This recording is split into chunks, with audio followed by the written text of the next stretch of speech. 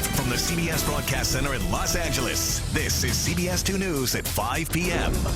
A Newport Beach surgeon and his girlfriend face more allegations of kidnapping, drugging, and rape. 5 new women have stepped forward to accuse an Orange County surgeon and his girlfriend of violent sexual crimes. We're talking about Dr. Grant Robicheaux and Sarissa Riley. They appeared in court today. CBS 2's Orange County reporter Michelle Geely is live in Newport Beach, where the couple posted bail just a short time ago. Michelle.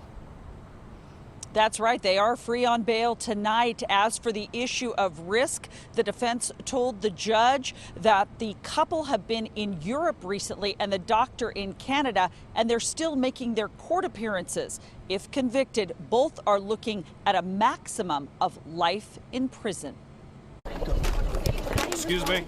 A member of the defense team shoves a cameraman as Newport Beach Dr. Grant Robicheaux and his girlfriend Sarissa Riley walk into court this morning. You guys want anything you want to say about the allegations? The pair, already facing decades in prison, are now looking at potential life sentences. People versus Sarissa Riley and Grant Robicheaux. The Orange County District Attorney says 5 new women claim that Robicheaux and Riley kidnapped, drugged, and raped them, which brings the current victim count to 7. The orthopedic surgeon and the girlfriend were in court to plead not guilty. Philip Cohen, Robicheaux's lawyer, questioned why 2 of the alleged victims now say they were kidnapped. And so it raises the question of why is that being alleged now? What new information, if any, did Brittany and Kathleen provide? And why was that not alleged just a month earlier in the initial complaint? With the new kidnapping charges, the DA hoped for a bail of $3 million for the defendants, but the judge decided on $1 million. Officials say the victims all tell similar stories of meeting Grant Robicheaux and Sarissa Riley in local bars and restaurants, having a drink and feeling extremely intoxicated. When the victims then wake up in Robicheaux's home on the Balboa Peninsula, according to authorities, they report having been forcibly raped and sexually assaulted by the couple. Outside of court, the defense explained it this way. It is Grant and Sarissa's absolute position that no non-consensual sex ever took place. Guns and drugs were seized from the doctor's house this past January, 9 months before sex charges were filed. The first 2 victims came to police years earlier, yet the DA insists the investigation was done right. If we just make an arrest on probable cause and we don't have what it takes to back that up and you bring the evidence to court and get the conviction, we could have the case thrown out of court in a few days. Now, there was a lot going on here today in court. There was also a lawyer before the judge for the California Medical Board. She was informing that judge that Dr. Robicheaux's medical license is now suspended. The couple are due back in court in January. Today, District Attorney Tony Rackauckus saying he believes there are still more victims out there, and he wants those women to not be ashamed, to not be embarrassed, and that they should come forward. That's the latest live in Newport Beach. I'm Michelle Geely. Back to you. All right, thanks, Michelle. Now we have breaking news in Malibu, where investigators were back out at Malibu Creek State Park looking for any evidence that could tie a burglary suspect to the murder of a father. CBS 2's Lisa Siegel is there live for us with an update on the case. Lisa. What a search it was. The sheriff's department was here all day long. They were actually behind me, walking the trails, going through rugged terrain, just trying to find any clues or evidence in this case. On horseback, walking the trails, a major search all day in Malibu Creek State Park. The LA County Sheriff's Department says it's all related to the arrest of burglary suspect Anthony Rauda, who they say may be connected to more crimes in the area. And they're not ruling out a link to a murder. We want to learn more about him. We want to find out, if is there information we could obtain during this search that could tell us how long he's been up here and just any information on him.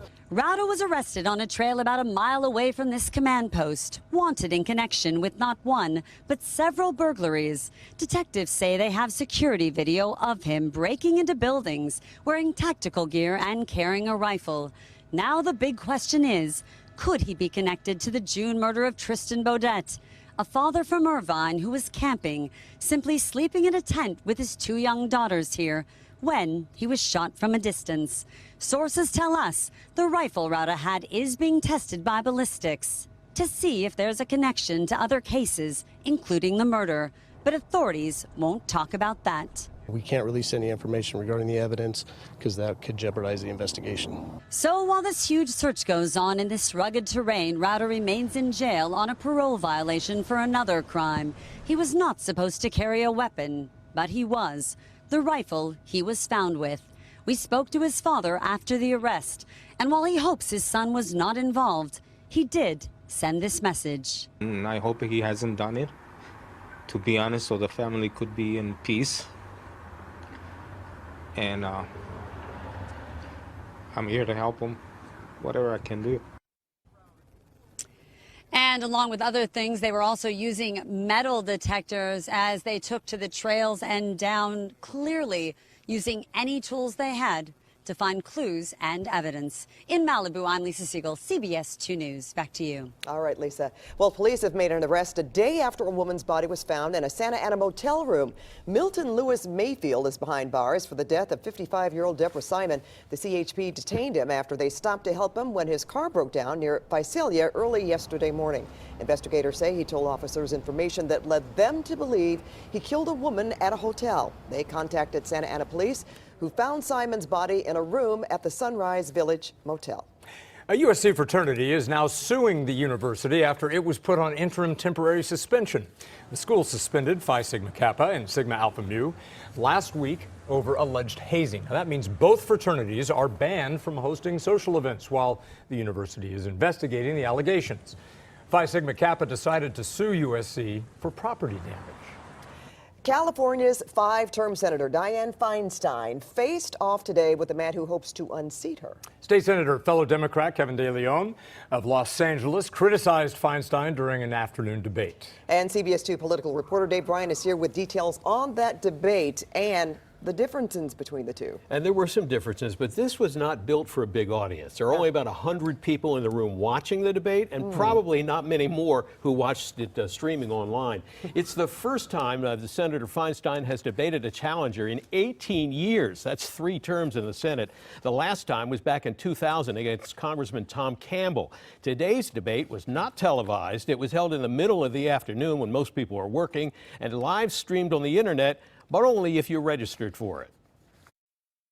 We have a president that makes Richard Nixon look like a choir boy. And it's like hitting your head against a concrete wall.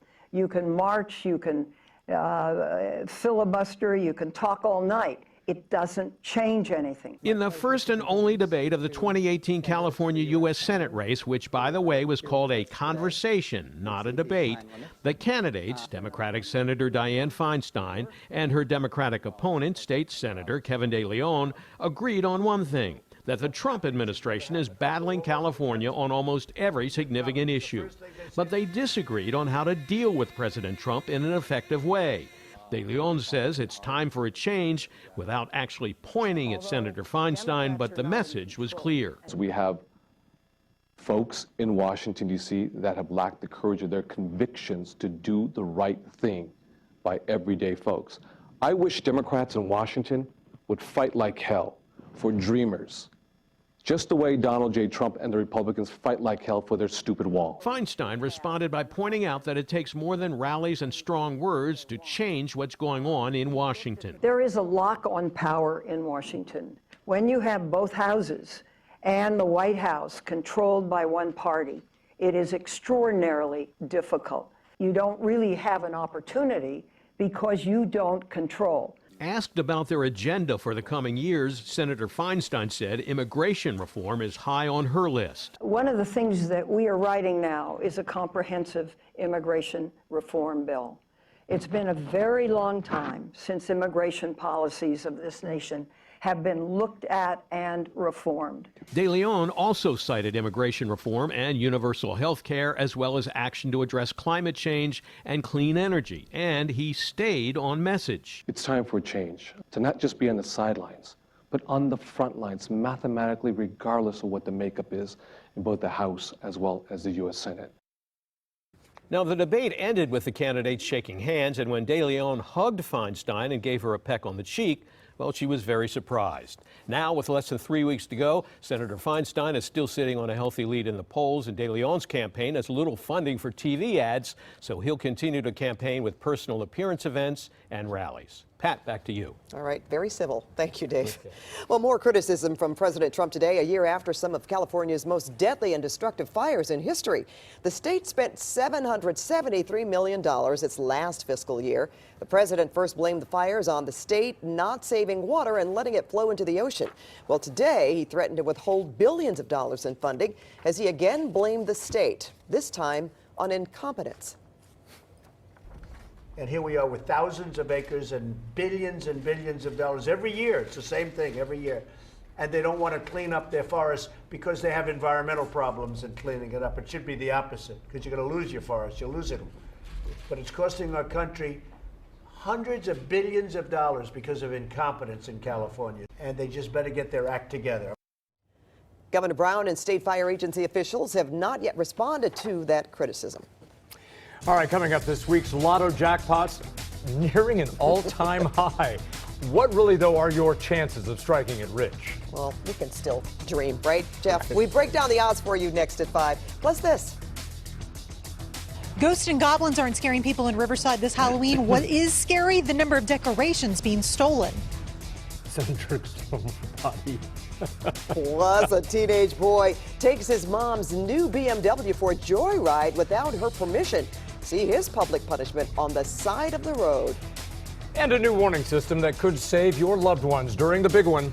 We'll show you the early earthquake alert ahead at 5. Hey, everybody, I'm Garth Kemp. What a day today. Can we keep it rolling on? Your forecast coming up.